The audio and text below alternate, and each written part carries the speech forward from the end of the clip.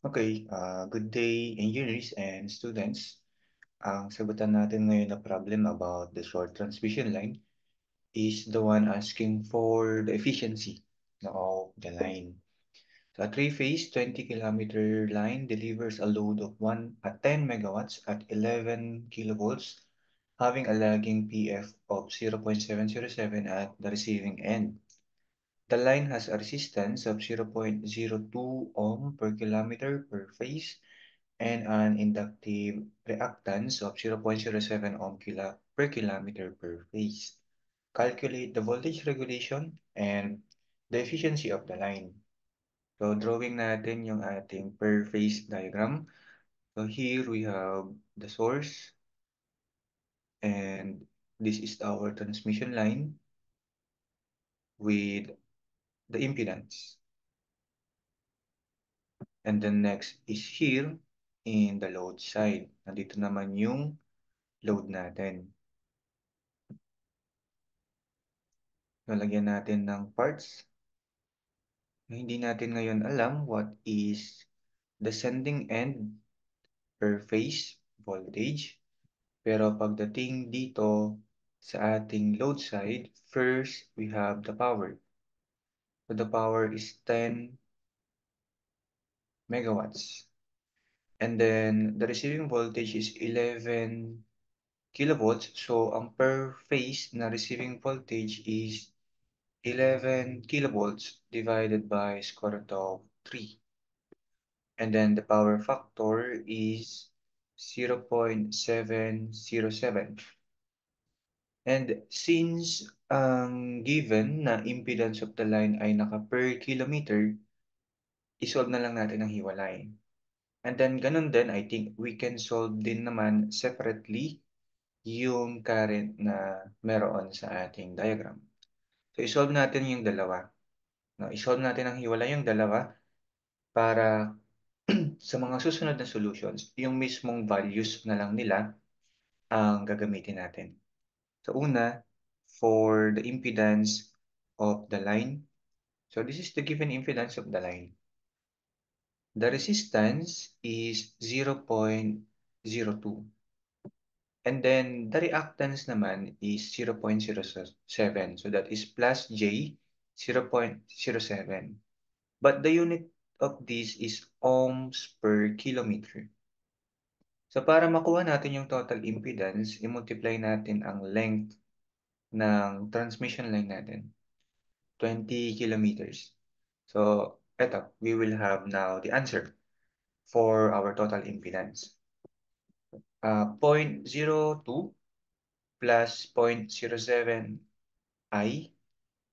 Now this is the per kilometer, and then times 20. The 0.4 plus J 1.4. 0.4 plus J 1.4 ohms. And this is the impedance of the line now. And then for the current, kung sanay naman na kayo, ayan na yung diretsong power over square root of 3 VLPF. Pero sige, ito yun, di ba? We have the power in megawatts, kaya letter P siya. And ang three-phase power natin has the formula square root of 3 VLIL times the power factor. So solving now for the current, diretsuhin na natin, no?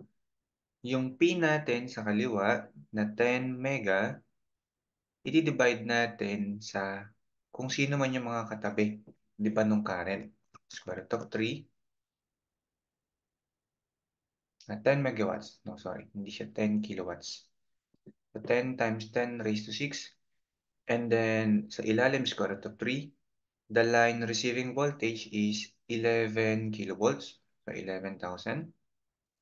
And then the power factor is 0.707. So, ito yung magnitude. Ang magnitude na lang muna i-solve natin. So, 10 mega over square root of 3 times 11,000 times 0.707. 742.38. 742.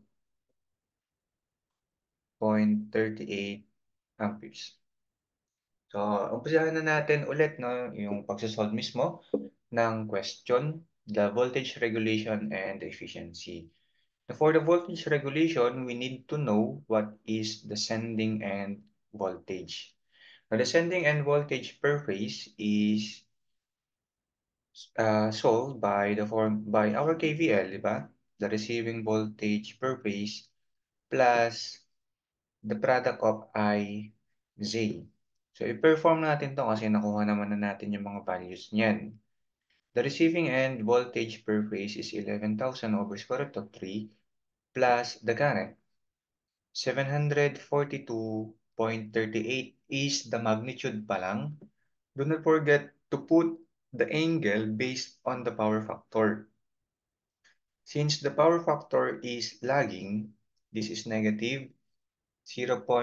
Negative arc cosine, di ba pagdating sa angle, negative arc cosine of 0.707,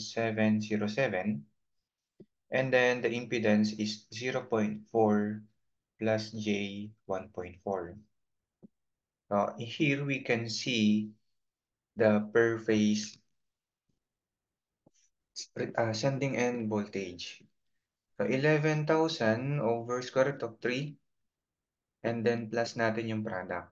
742.38 angle negative arc cosine of 0.707 and multiplied to 0.4 plus 1.4 I. So shift to 3 for the polar form. 7314.68, 7314.68. And then the angle is 4.11.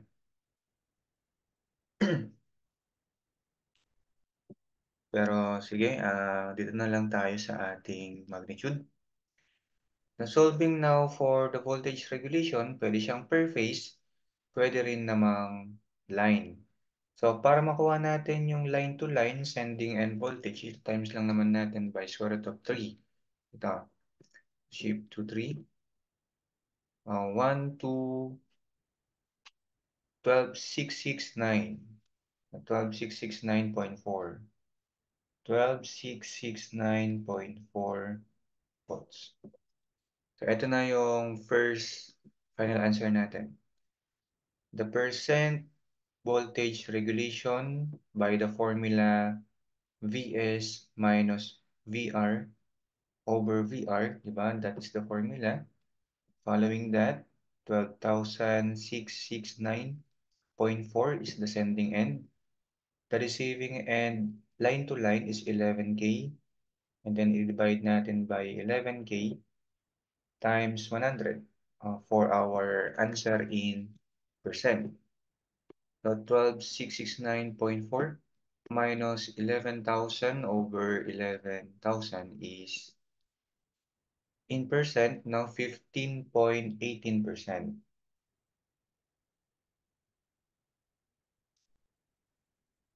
15.18%. Pangalawa naman, how do we solve the efficiency?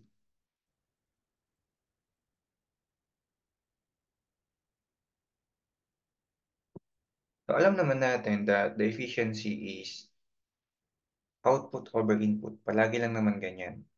And ang madalas din naman natin ginagawa, if given ang output, yung input is that bubuuin natin, no? From the output, ipa-plus natin yung loss. Eh ano nga ba yung loss? Since this is a transmission line, ang loss natin is the loss na mangyayari sa transmission line. So we have a three-phase transmission line. So yung I square R, di ba na mako-compute natin sa isang linya, ita-times natin sa tatlo. So ita-times natin sa tatlo. So let us now solve directly na for the efficiency. Solving now for the efficiency, this is equal to the output power. So the output power is 10 megawatts. So 10 times 10 raised to 6 over output power, 10 times 10 raised to 6. And pakita natin yung solving ng loss natin. Tatlong linya siya, three-phase kasi, kaya times 3. Do not forget that, no, kapag three-phase, ang line loss natin ay times 3 pag three-phase. The current na nasolve natin, 742.38, so square. And then sa impedance, tingin lang din sa impedance. The resistance na nasolve natin, the real part of the impedance na nasolve natin is 0.4. And then i-times natin by 100. So ayan yung efficiency. 10 megawatts over 10 megawatts plus 3 times 742.38 square times 0.4. And then times 100 na lang. No? 93.796 or 93.8%.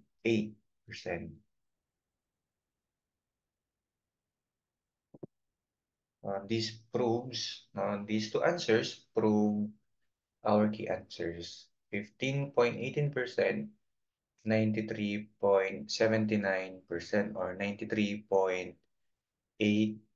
So this is our problem and our solution.